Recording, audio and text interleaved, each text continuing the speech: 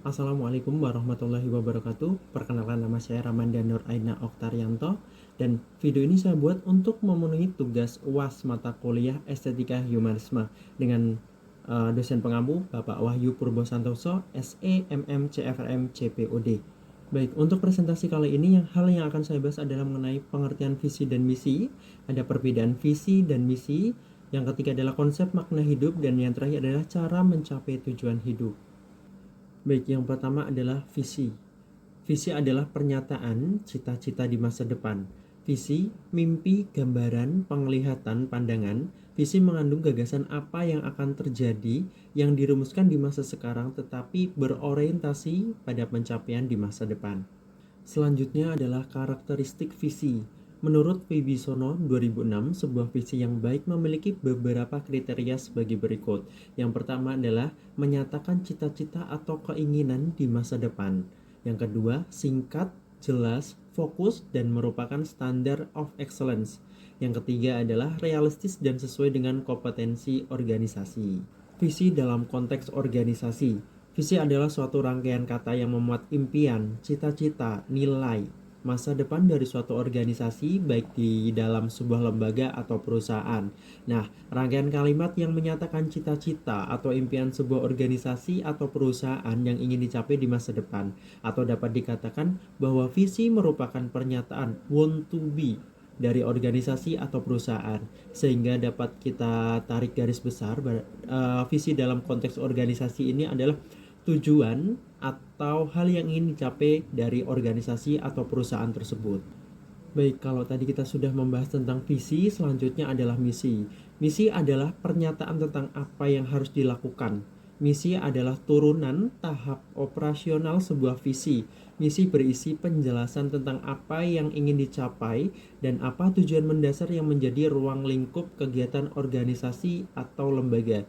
Nah, jadi misi ini adalah hal atau upaya yang dapat kita lakukan untuk mencapai tujuan dari misi yang telah kita buat.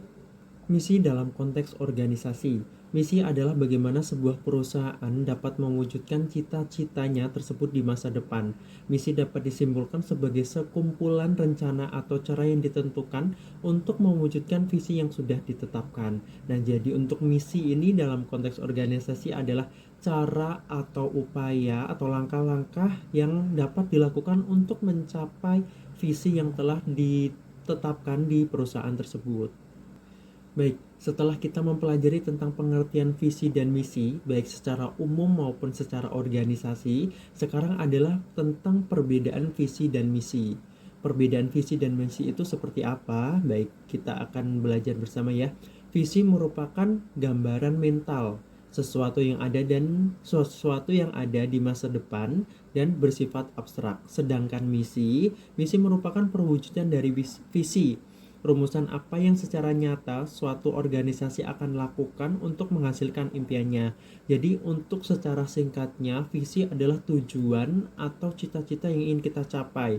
Sedangkan misinya ini adalah cara atau langkah-langkah yang dapat kita lakukan untuk mencapai visi atau cita-cita kita. Baik, karena kita tadi sudah mempelajari tentang visi dan misi, nah selanjutnya adalah tentang konsep makna hidup. Konsep makna hidup sendiri itu setiap orang berbeda tentunya, karena setiap orang mempunyai tujuan atau cita-cita dalam hidupnya masing-masing.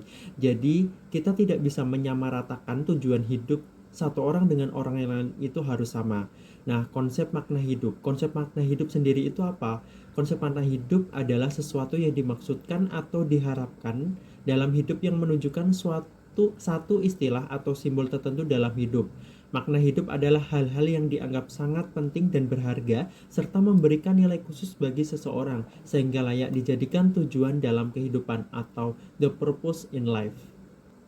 Selanjutnya adalah cara mencapai tujuan hidup. Tentunya setiap orang yang hidup mempunyai tujuan hidup mereka masing-masing, dan tentunya itu berbeda-beda setiap orangnya. Dan bagaimana cara mencapai tujuan hidup? Berikut adalah beberapa langkah yang dapat kita pelajari atau dapat menjadi referensi untuk mencapai tujuan hidup. Yang pertama adalah buatlah rencana hidup secara bertahap.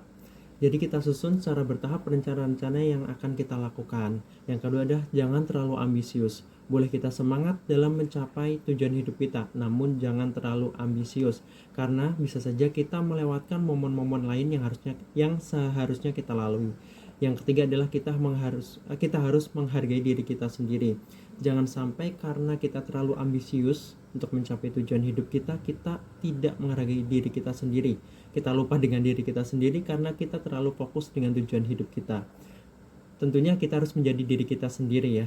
Yang keempat adalah kita harus belajar dari masa lalu.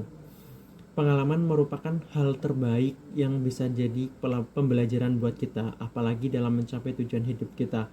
Belajar dari masa lalu adalah salah satu cara untuk mencapai tujuan hidup. Kita evaluasi apa saja kekurangan atau kegagalan yang kita telah lalui dan kita perbaiki lagi untuk momen di masa depannya. Yang keenam adalah tidak berlebihan dan realistis. Boleh mencapai tujuan hidup, boleh menentukan tujuan hidup, namun ingat tidak boleh berlebihan dan harus realistis sesuai dengan kemampuan dan kebutuhan kita. Selanjutnya adalah cari teman yang sesuai. Dalam mencapai tujuan hidup tentunya teman sangat berkontribusi dalam mencapai tujuan hidup ya.